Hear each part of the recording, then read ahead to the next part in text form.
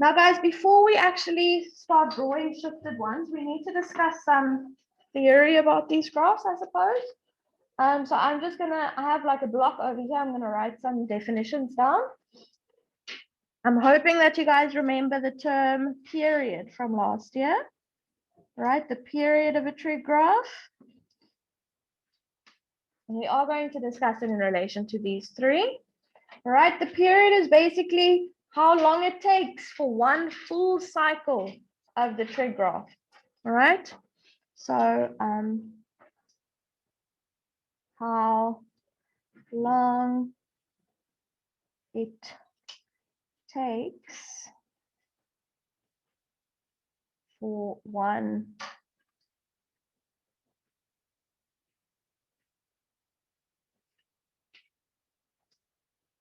full cycle to complete. Okay, these trig graphs have specific periods, but in grade 11, we're actually going to change those periods. So you need to know the basic periods in order for us to change them.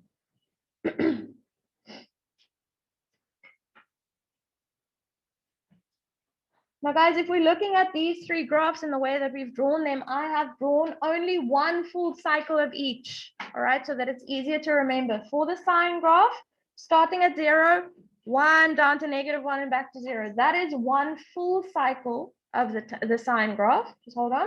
And do we see that it goes from 0 to 360? That is why we say that the period of a sine graph is 360 degrees. The same thing happens for cos. All right, even though the shape is slightly different, it's starting at a different point.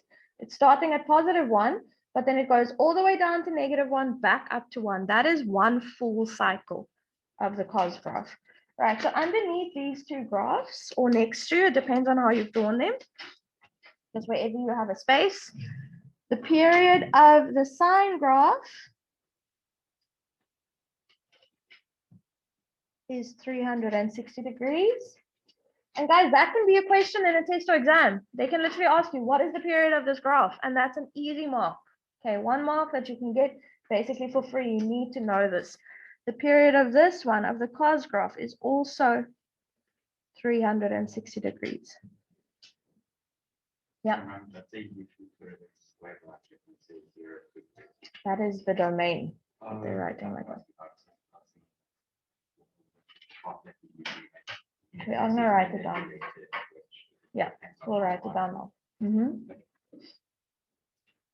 Okay, then for tan is the odd one out. All right, the shape looks completely different. We have asymptotes with this one, where we don't with the other two, and the period is shorter. All right, now this is a full cycle of a tan graph. So from 0, covering one asymptote and back to 0. All right, that is a full cycle. And in this case, it is 180 degrees. So you need to know that as well. So the period of a tan graph is 180 degrees.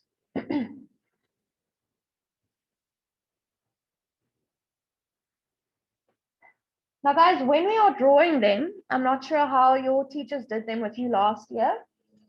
If we're looking at these two specifically, sine and cos, where do we think these values are coming from? 0, 90, 180, 270, and 360. What is the relevance of those values? Where have we seen them before? Not in a trig graph necessarily, but somewhere else, yes? A circle, all right. Yeah, you're on the right track. Guys, what do we have when we, oh, is my ruler? When we have a Cartesian plane? Right? That's y, and that is x. How many degrees? What is this line? This line represents 0 degrees, hey? And then again, 360. So this line represents 0 degrees. What does that line represent? 90. This one? 180. That one? 270. And that one again? 360. So that's one full cycle, guys. So like you're saying, you could draw a circle there. All right, and you would have those values. So that is actually where these values are coming from. Now, especially later on when we change the period, it's not going to be as straightforward as just always doing 0, 90, 180, 270, 360, right? You need a method to know how often you're going to plot your points. And I call that the step, All right, you might have heard that last year, you might not. Now the step, the calculation to find the step, and the step, guys, is the distance between points that you have to plot. Okay, like I said, now it's not as important, but later on when we have different periods, it will get quite important. The step will always be the period, whatever it is, divided by 4. Yes. We can write that down as well. Right, so the step will always be the period that you have, whatever the period is, okay, because it can change, divided by 4. So if we're looking at this first one, our period is 360. And if we divide that by 4, we end up with 90 degrees. And you can see that I have plotted a point at every 90 degrees. All right, the distance between my plotted points is 90 degrees every time. That's the step. Okay, we can add it here.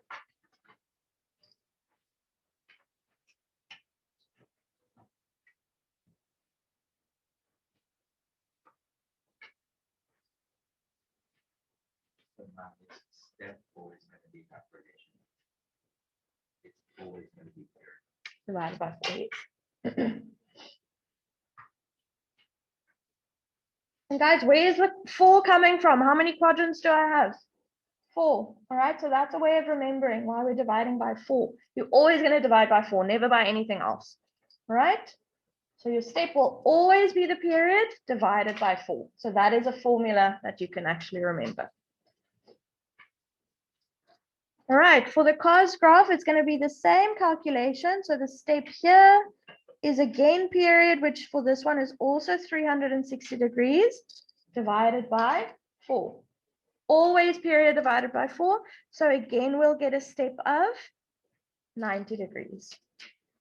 And we can see on this graph as well, the distance between the points that we've actually plotted is 90 degrees every time. Then we can do that calculation for the tan graph. Now the step here, the period is different, right? It's now actually 180 degrees. So when we divide that by 4, we end up with 45 degrees.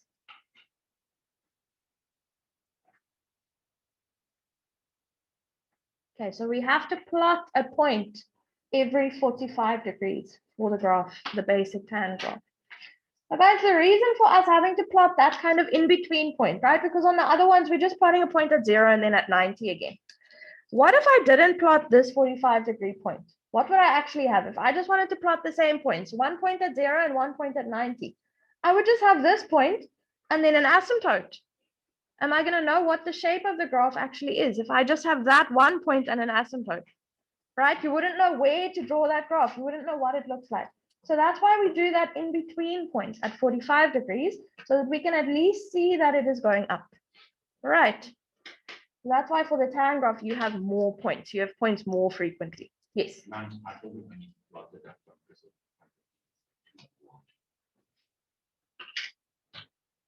Well, the 1 comes from, if you find tan 45, then it is equal to 1. So it's not necessarily a point of intersection. It's just a point that lies on the graph. Okay. The next term that we need to know is the amplitude. I'm going to fit it in here as well.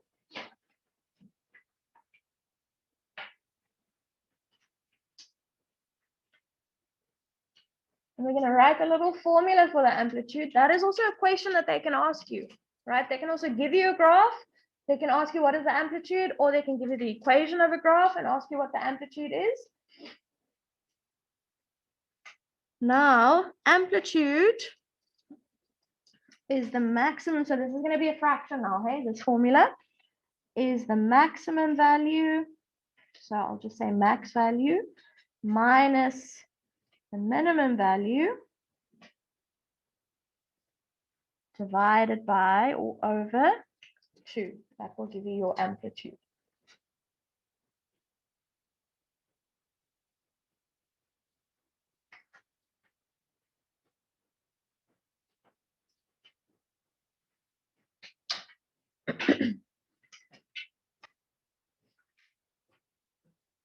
Now, if we're looking at our sine and cos graphs, right now, guys, this is the full sine graph.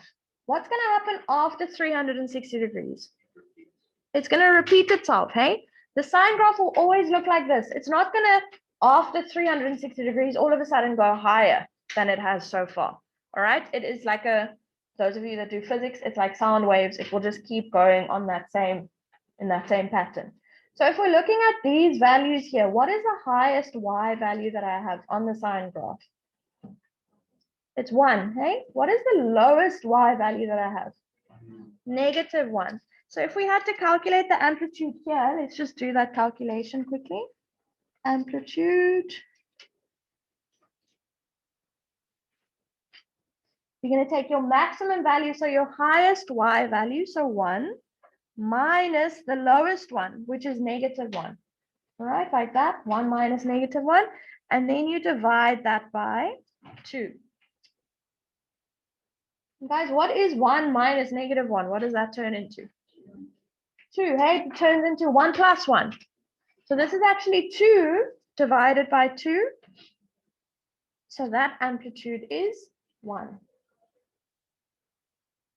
Now, guys, you don't actually have to write this down, this working. I just wanted to show you why or how the formula works. But you can also just look at your graph, hey? What is the distance between my lowest and my highest point? We can tell that it's 2 units. Hey, from -1 to 1, it's 2 units. And what is half of 2? Half of that distance is 1. Right? Now for the cos graph, let's just write that as well.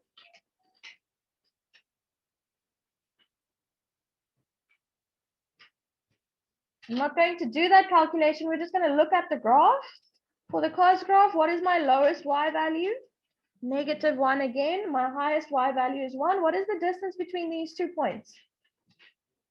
Okay, on the y value, the distance between -1 and 1 is again 2 units. And then if we divide that by 2, we will again get 1.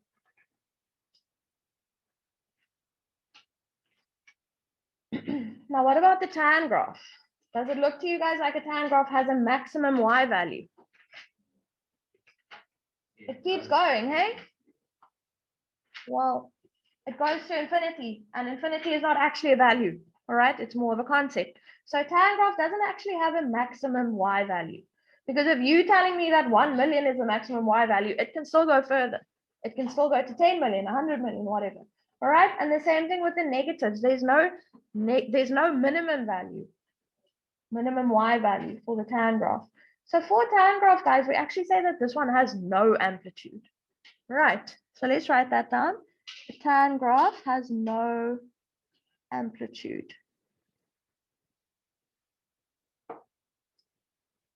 They can still ask you though, right? They might ask you, what is the amplitude of this tan graph?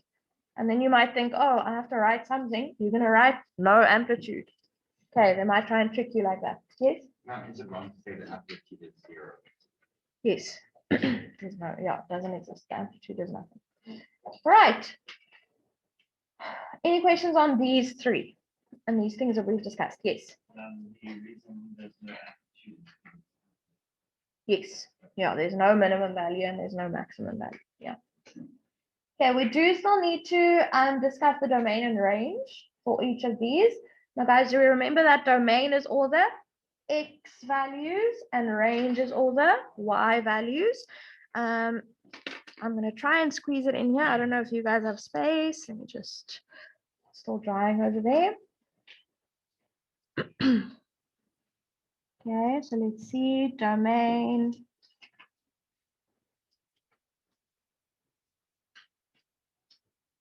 Is all the x values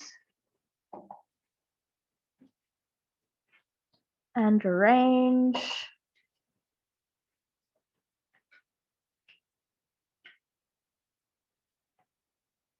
all the y values.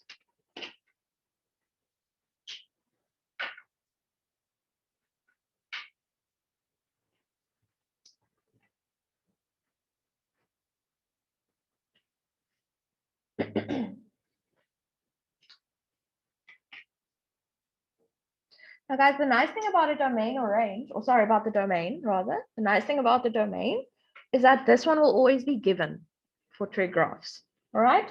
For this one, you're either going to look at your x-axis and just see from where to where has this graph been drawn. That will be the domain of this graph. Because, guys, technically, a domain of a trig graph is from negative infinity to positive infinity. All right, because it's always going to carry on with that same pattern. But they are only going to show you a portion of it. And the portion that they're showing you, that is the domain. All right, so if we're looking at this one, what are the values that I have on my x-axis? What is the smallest x value that I have? 0, and the biggest one is 360. So that is the domain of this graph. But they can draw it further. Then that will be the new domain. All right, so it depends on what they've given you. So we can write it here, the domain of this one.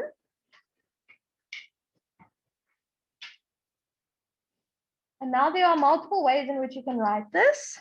You can say x is an element of, in square brackets, 0. That's the first value, the first x value that we have on our axis. Then you use a semicolon, and then the last x value that we have is 360. And guys, why am I using square brackets? Can you remember from last year? Is there a point at 0? Yes.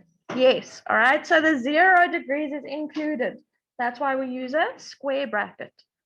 And the 360 degrees, is there a point at 360? Yes, so it's included. If you wanted to, you can also write it like this.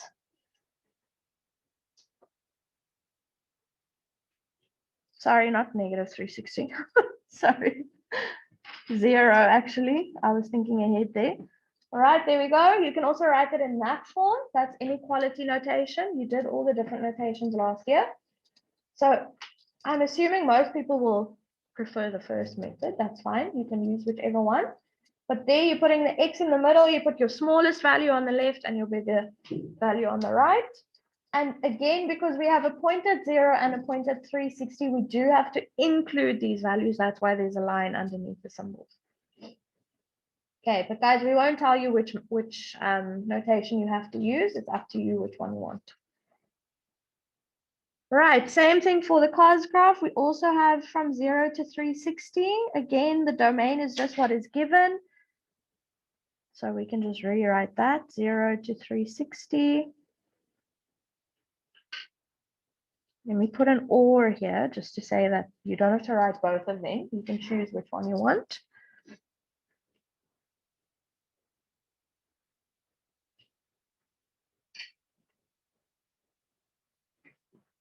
All right, from 0 to 360 like that. And then if we're looking at the tan graph, what is my domain here? From 0 to 180. All right, so guys, it's honestly as easy as that. You just look at your x-axis. All right, where does it stop? It stops at 180, so that's the last value. So here for the domain, now we're going to say x is an element of, that's what that round E means, from 0 to 180 degrees. I thought we're not allowed to say that x on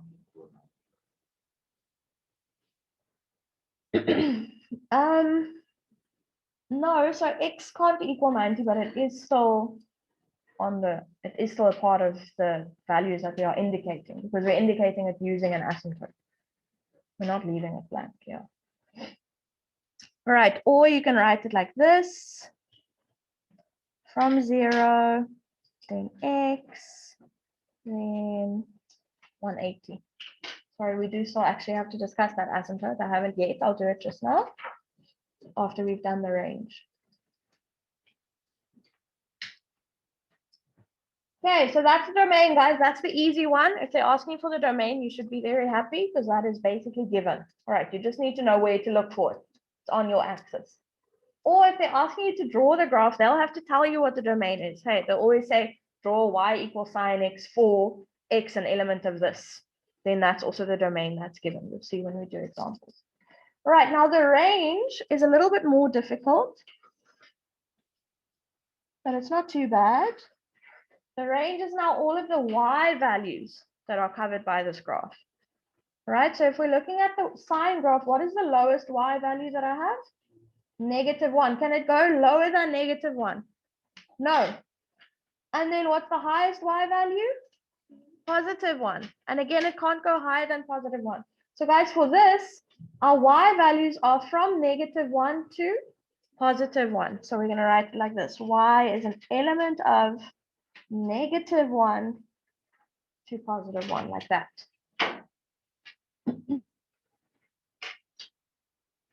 So you just need to look for the lowest y value and the highest y value, and those are the ones that you put in your brackets. Again, we can write it in inequality notation if you want. And then you would just write it like this.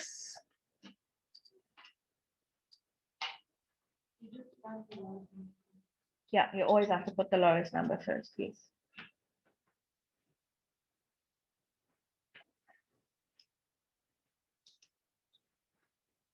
Okay, it's going to be the same for the next graph, for the cos graph, because that one also has a lowest y value of -1 and a highest y value of +1. So you can just rewrite that. See, it won't go lower than -1, also not higher than 1. So that is the range there.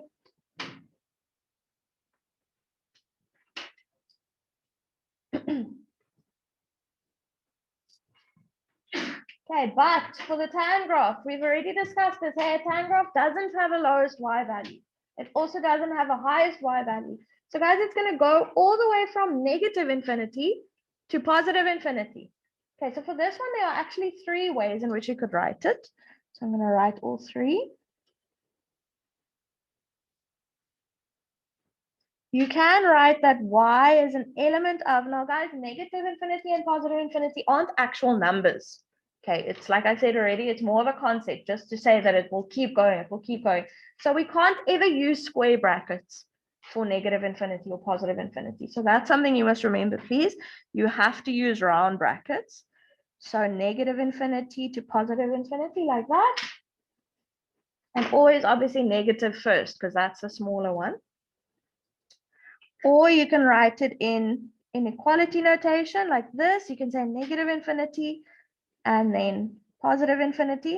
Now again, guys, because they're not actual numbers that the graph can ever get to, can't actually ever be equal to infinity. Now we're not allowed to put the lines under those symbols. Okay, if you do, you're going to lose a mark. That's very important. It's just the smaller than symbols. But then the one that you might prefer, because it is the quickest, you can actually just say that y is an element of real numbers. Right, so that means all real numbers from -infinity to +infinity.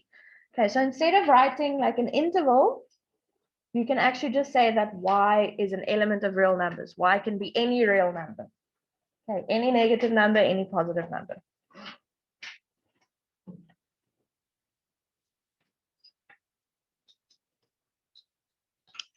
Now guys, this asymptote thing, right? If you have your calculator out, I don't have mine, let me just get it.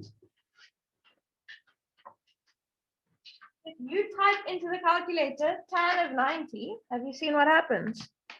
Tan 90 is equal to math error, right? It's actually undefined. So guys, at x equals 90, there is no value for y. So we put an asymptote there to show that at x equals 90, this graph doesn't technically have an x value or y value. Next. Now, where do we think our next asymptote is going to be? We can't see it on the graph, but where do we think? Yeah. At x equals 270. Guys, remember that the period of this graph is 180 degrees. That means that after every 180, it will repeat itself. So if we have an asymptote at 90, the next one is going to be 180 degrees further on. All right, so if they ask you that, you can just say 90 plus 180. So that will be at 270. The same thing is going to happen if we go backwards. All right, we're going to have the same shape in the previous 180 degrees. So what is 90 minus 180? 90 minus 180 is -90, hey? So we will also have an asymptote at -90. Okay, every 180 degrees, you're going to have an asymptote. All right, let me just see what the time is. Okay, let's quickly talk about some shifts. You guys did do shifts last year. So, amplitude changes and vertical shifts.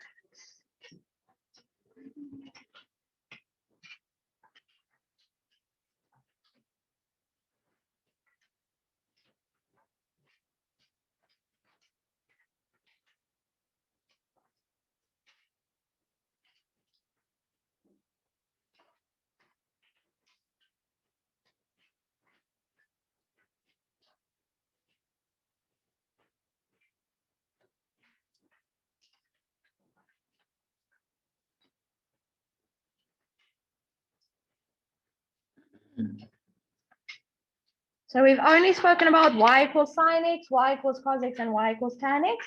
But last year, you actually had to also know how to do these two types of changes to the graph. Right, so hopefully this will look familiar. Y equals a sine x plus q. Right, have we seen that before? Then we also have y equals a cos x plus q. And we can do the same with tan. Y equals a tan x plus q. Those are actually the general forms of those graphs. The a value is going to tell you what do we think? Amplitude is. Hey, that's not difficult to remember. A, amplitude. All right, so your a value is going to be your amplitude. But guys, does a tan graph have an amplitude? No. All right, so we can still have an a value. But in the tan graphs case, it won't mean the amplitude necessarily. I'll show you tomorrow what it actually means. But here, A is your amplitude.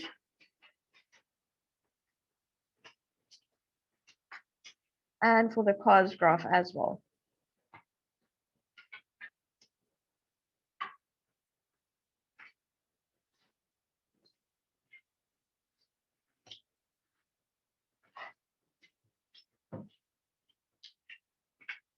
So guys, if your a value is negative, hopefully you remember this, then that means that the whole graph will flip over the x-axis. All right, we will do examples of all of this tomorrow. We're not going to have time today, but we will draw some graphs tomorrow. So let's just add here at the bottom, if a is negative, so less than 0, all right, if a is less than 0, if a is negative, then the graph will, and instead of using the almost informal word flip, I'm going to use the proper word reflect. All right, it sounds a bit scary maybe, but basically just flip. All right, but it will reflect in the x-axis. In or over or about, they use all sorts of different words there.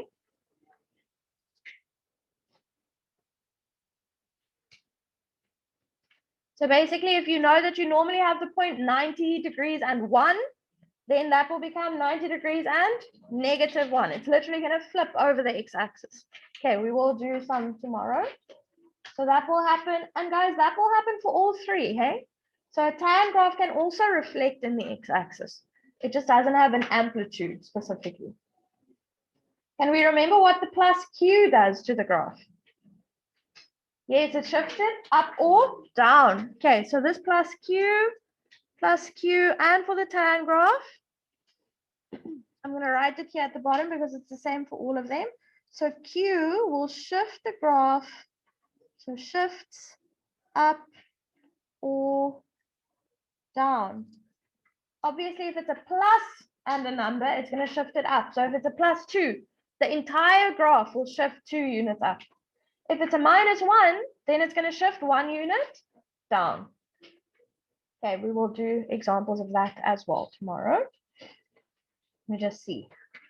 Right, I haven't skipped everything. I think I have discussed everything that I needed to. We just haven't drawn any graphs, but we will practice a few tomorrow, and then you're going to have some for homework. Guys, your homework for tomorrow is that exercise 10.5. I'm going to say again what it was. Write it down if you know that you didn't do it. Exercise 10.5, numbers 3, 4, and 6A to E. Write it down, please.